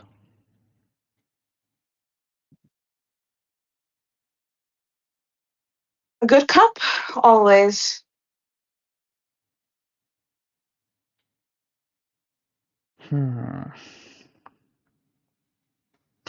Lillian looks at the rest of the party. Severin, Yeah. from your perspective, could you describe what's happened down at the docks? All right, I'm gonna have to pause here because I'm about to ask. Pardon? With how he, with, with how Severin has been doing his jobs, he's under the guise of that technically he wasn't there. So, do you want me to follow it as because he is in his physical, his actual self? He technically was not there. No one had eyes of him. Want me to stick with that point or actually say That is what? entirely up to you. Okay, so yeah, he's gonna stick with his whole shtick. Sarah's just gonna. What do you mean by the interaction at the dock? I was back at the tavern. I was in the kitchen, ma'am.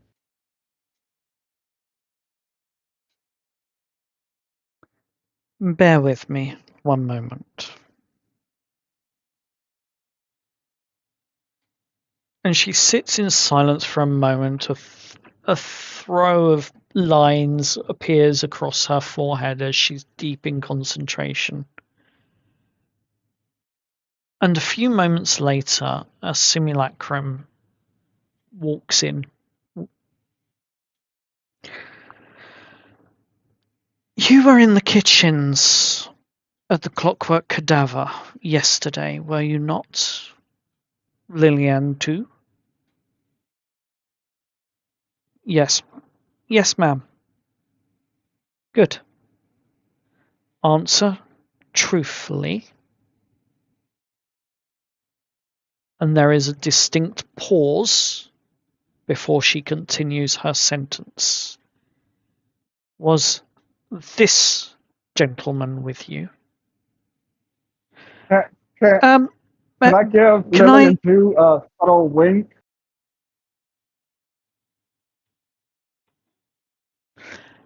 I would like to say that this gentleman wasn't with me for most of the day, but towards the end of the day, his guise wore off, and this gentleman appeared in the kitchen where I previously had my sous chef.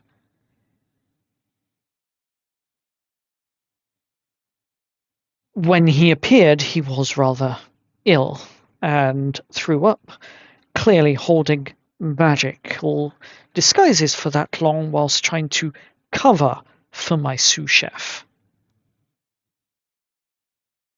Was a bit too taxic on him. So I sent him off to the bathrooms to clean himself up.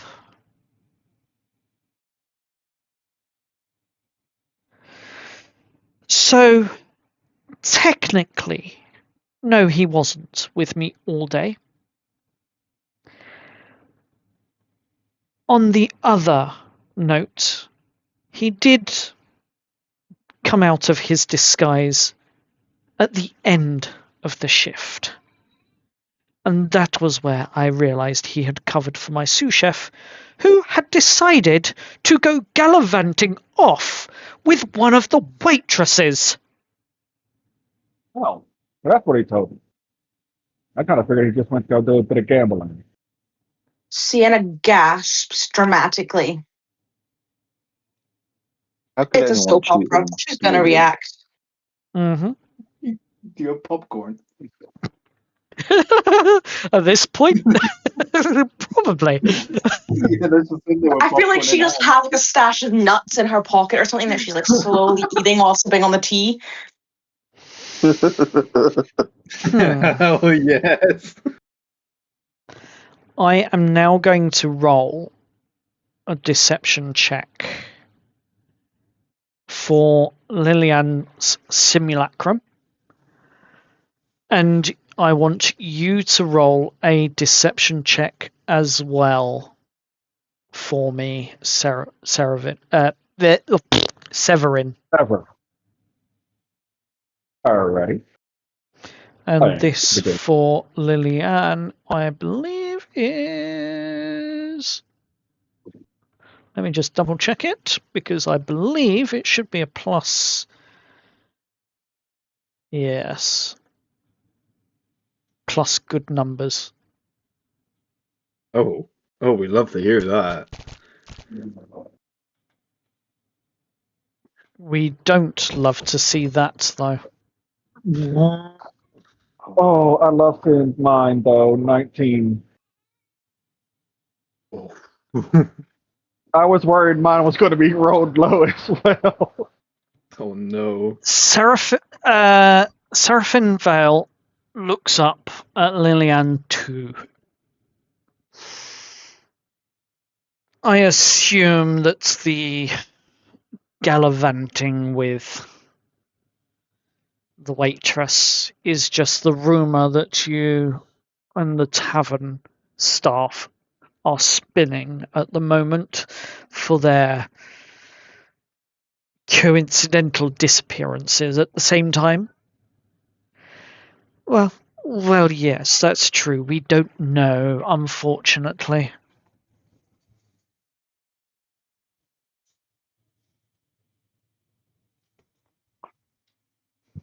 But we assume. And Seraphim Val looks over at you. As for your sous chef disguise to cover, well, yes. That much I do believe. As for the reasons why you're covering, though, let's leave the speculation out of this, shall we? Lillian nods. He asked nicely, so I had to help him. Very well. Then you are excused from the investigation for the moment.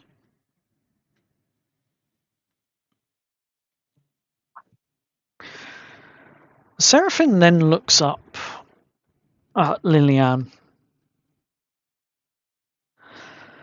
So, soon as you have taken on the legal repercussions of this group, then surely you would be aware that from the claims, a crate was broken into and something was taken from it. Something that belonged to the noble, correct?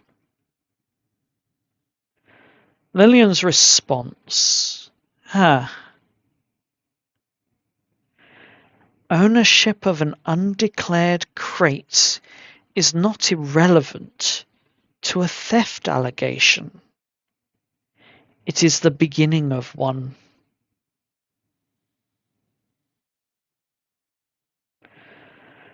And Lillian looks up.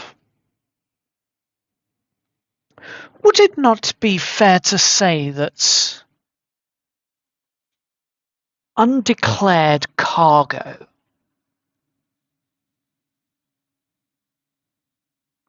is a customs violation, and that the crew, being there to inspect what they were inspecting, happened upon this illegal cargo, And wouldn't that put the noble in jeopardy of being arrested himself? And she looks up at you, Kane. Mm-hmm. Then looks sideways at Maeve.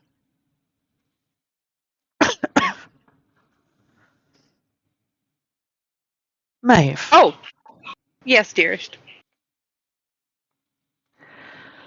When you plant 3 flowers,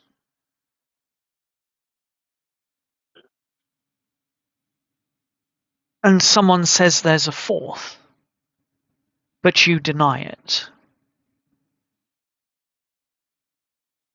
would you therefore then claim that 4th flower to be yours?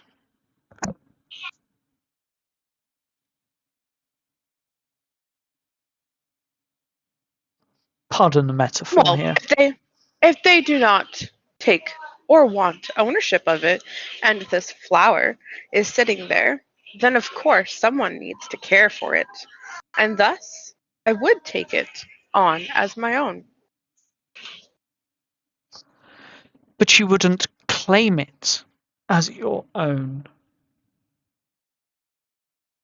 would you? Has the flower been unclaimed?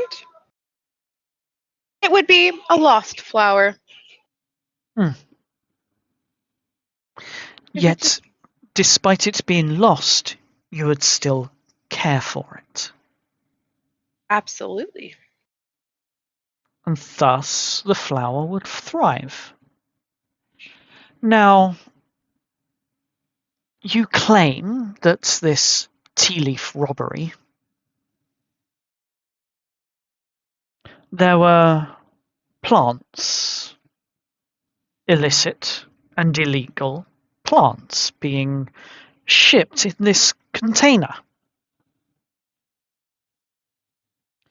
Maeve, would you say that an undocumented container has someone's name in ownership upon it? Oh, there would for sure be ownership and documentation somewhere. And I find it slightly cruel and might need to be expressed somewhere that if there was an undocumented crate with plants inside, that maybe someone higher up might need to find out about it.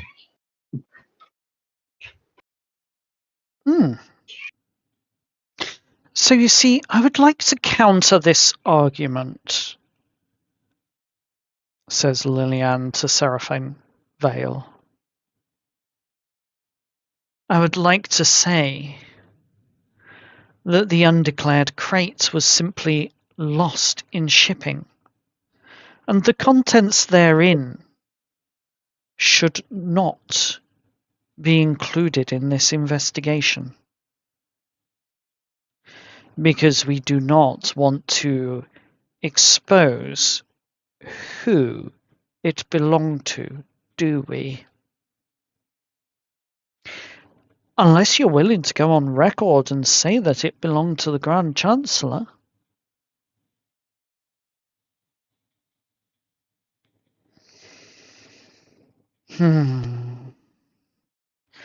Ladies and gentlemen, Lillian turns to you all. I think the legal side of this farce is going to be easy enough to handle from here. Why don't you go and explore the exhibits in the museum and see if you can find any other interesting artifacts.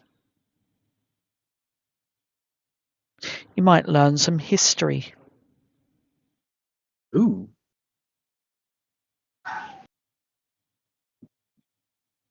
And I shall take my leave and leave this up to you, Lillian, to deal with. Sure, I will. Come on, you lot. I think there's some interesting things about that we really need to learn about. I want to do the badge tour. You can indeed do the badge tour if you wish. Nice. And Aurelian disappears with one of the museum curators. As the rest of the group, what are you all doing?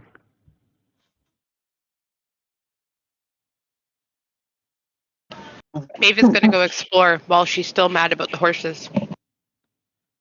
Uh-huh. Well, Sienna's gonna whine that her soap opera is over, but slowly leave. Fair enough. So I'm gonna probably just go roam around and look at things. And okay, well, which horses got hurt or killed? The two black horses that were basically force-fed magical enchantment through the reins. Ah, those. Yes, those. I thought The we two- killed them. Yeah, you did. Oh, yeah, no. We didn't kill them. Exactly. Yep, No, I we healed just that. injected them with magical nos, but we didn't kill them. No, we didn't even touch them. I healed them. Yeah, I thought that ended with them being healed, and then sent them on their way.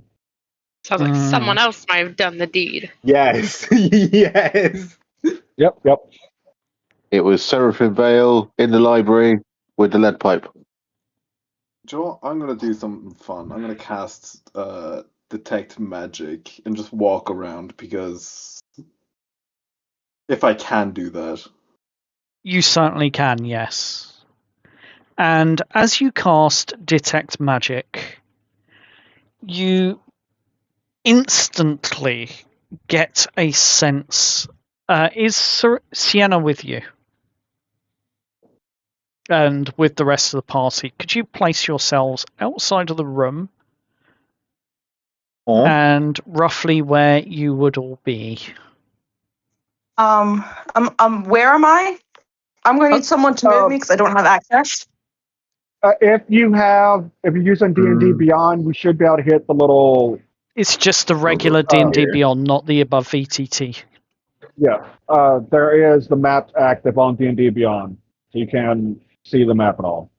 I'm not gonna lie to you. Whenever Metal has ever hosted a game ever in my entire time knowing him, I have never been able to access one of his games maps. Which is why I'm trying to use the native one built into D&D Beyond. You can try. I did put my screen share on just in case you wanted to see it. Yes. I will look at that. Oh, there I go. I see it. Okay. I can try and help you later on with it. Sienna. Oh, I'm darting all over the place. I'm gonna follow the blue man. Okay, you're following Kane. Following Kane. So, as you cast your detect magic, there is a faint aura of something of a magical property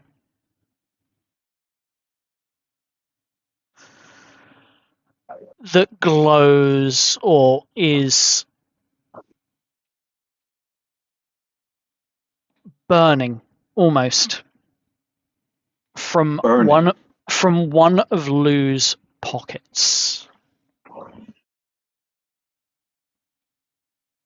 Almost as though it's trying to fight back to not be seen. And I need you to roll me a wisdom saving throw, please. God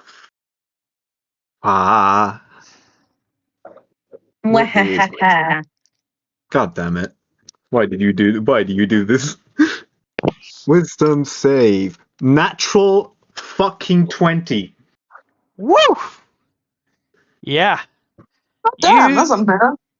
You save. And it does not burn anything into your mind. You feel it the moment it does, and that psychic attack, that retaliation at being discovered almost, and you stop it immediately. And as you continue to look around this museum layer and level, what's the range of this? Detect magic is a 30-foot sphere around me. If I am You correct. detect something from below the floor. From below, detect magic quickly. Yeah, it is 30 feet. Cool. Could you ping on the map where below it would be? Yes, I can. Bear with me whilst I just pull up something else. It would be point and ping.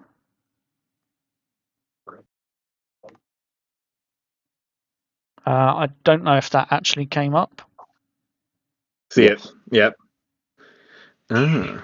It would actually be from there, which is roughly where you are standing. Like right on top, which is very funny. Yes. I'm going to whisper. I'm going to bend down to Sienna and whisper to her that one, there is something below us that is pinging up with magic, and you see his eyes are currently. Normally it's like lighter, like blue. Now it's just deep blue. And also, we need to have a talk after we're out of here. Ah, you're a little magic caster, I see. How interesting. I'm sensing a lot of magic. You know directly beneath you are the restricted archives. Yeah, there. Oh. Well, not you, Kane, but No. Jonah or Sienna knows that it's the restricted archives directly below. You think there's something magical beneath us? I don't think, I know.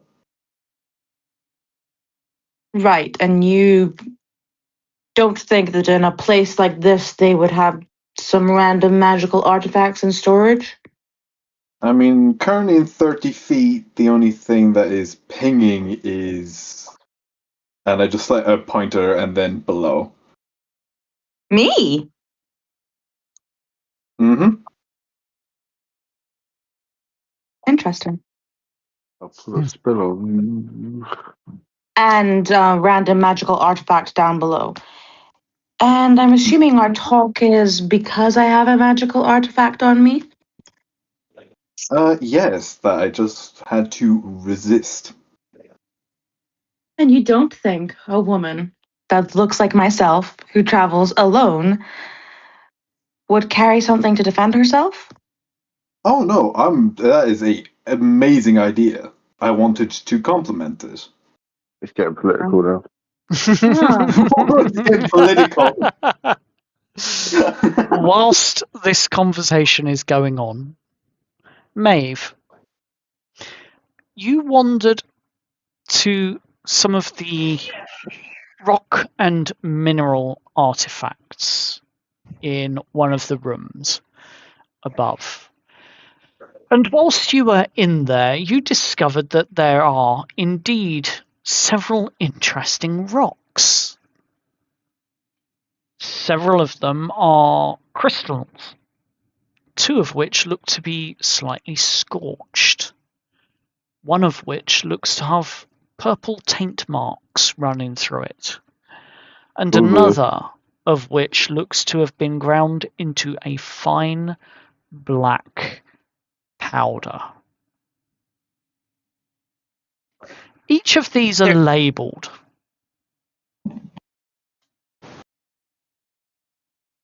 But the one that grabs your attention is the fine powder black glass dust.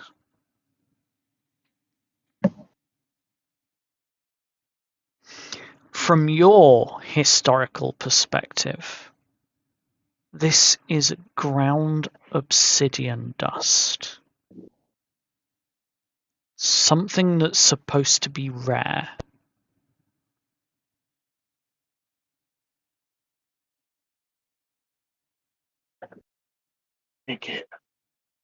Is am I right to see that nobody else is in the room currently? Currently, that's correct, yes. Can I just casually walk over to wherever this dust is? And the other Yes. stuff as well? Yes, you can. It's these 4 benches at the back. They are covered with a glass cover.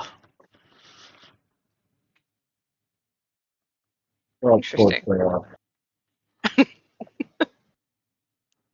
But made it easy, good dog.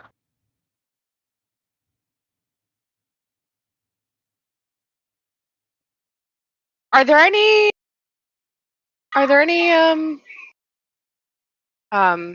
holes around it for breathing room type thing? The only one that doesn't have air holes in it, as it were, is the one with the black glass dust on it. In it, rather.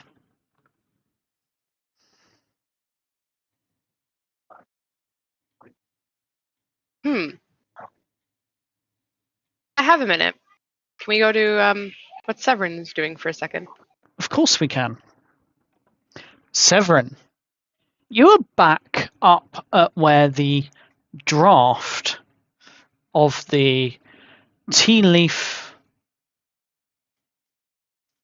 propaganda piece, as you know it to be, this working draft of historical restoration and memory. What are you doing exactly? He's just looking things over. As you're looking things over, there is what can only be described as a remarkable amount of detail on this particular scene. And looking around the scene itself, with the crashed carriage, the broken wheel, and the horses that are being portrayed as having been killed in this visage, with the background painting of the green fire raining down in the shape of leaves and jasmine petals and God knows what else. You see what is purely a fictitious scene of what appears to be wild and uncontrolled fey magic. You see in the image behind the carriage that several of the dockyard workers appear to have been killed or run over by the escaping carriage, as it were. But the one detail in the image that grabs your attention is the shattered pieces of the furnace bloodhound that have been used to recreate the furnace bloodhound in the painting.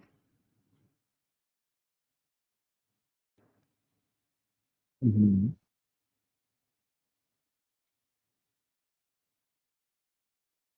And looking at it, you think that's probably, other than the carriage at the end, although we didn't leave the horses dead, but the carriage was broken.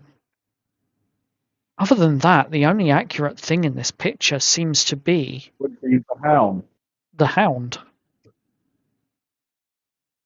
Yeah, because as he's looking it over and he's going off of what he knows actually happened in his head, he would just be kind of tilting his head, admiring it, looking at all the details.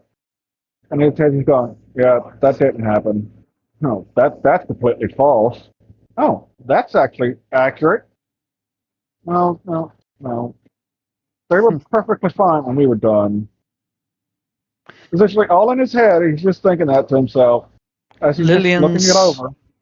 Lillian's simulacrum walks up behind you, leans her head on your shoulder, and just gently whispers, "Shall I place the first thread here?"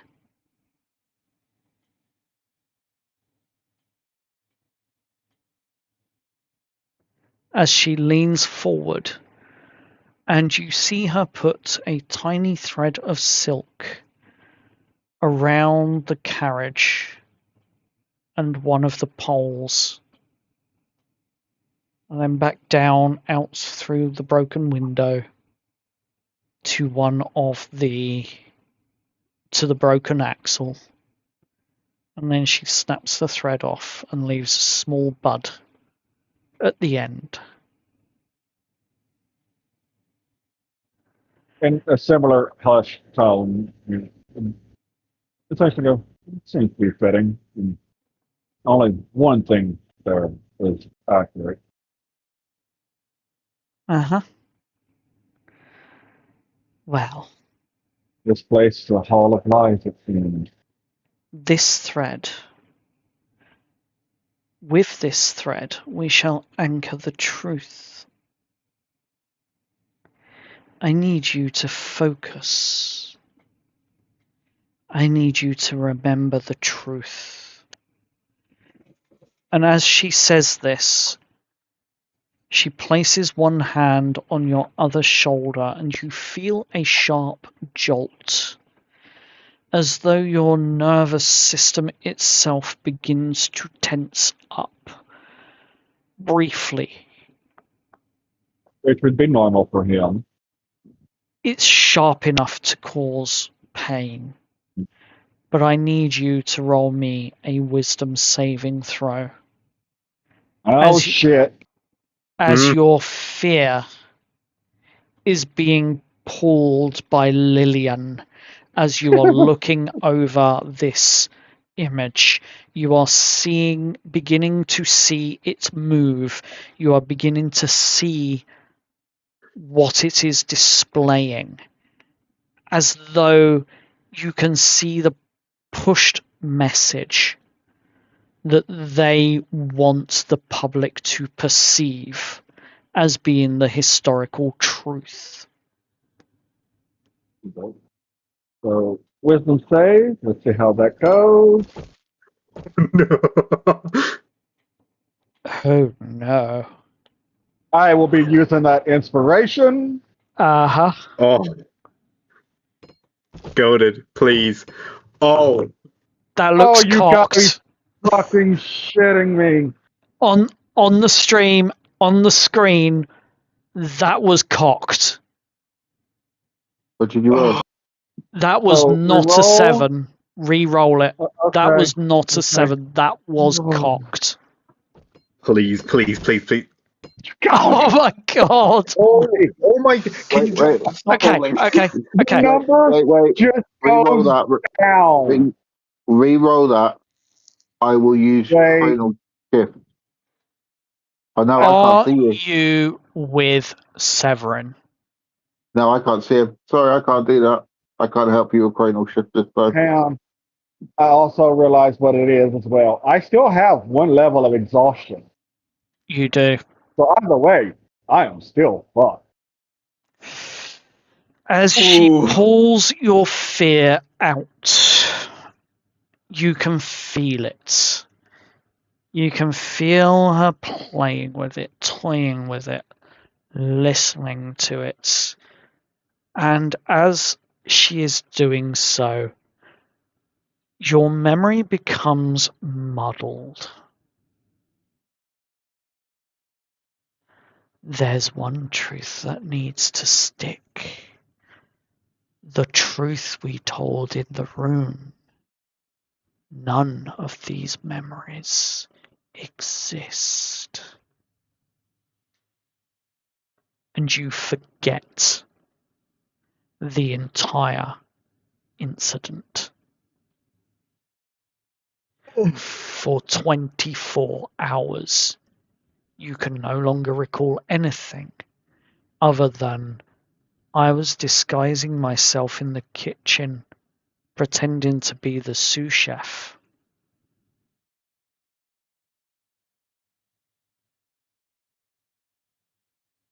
All right.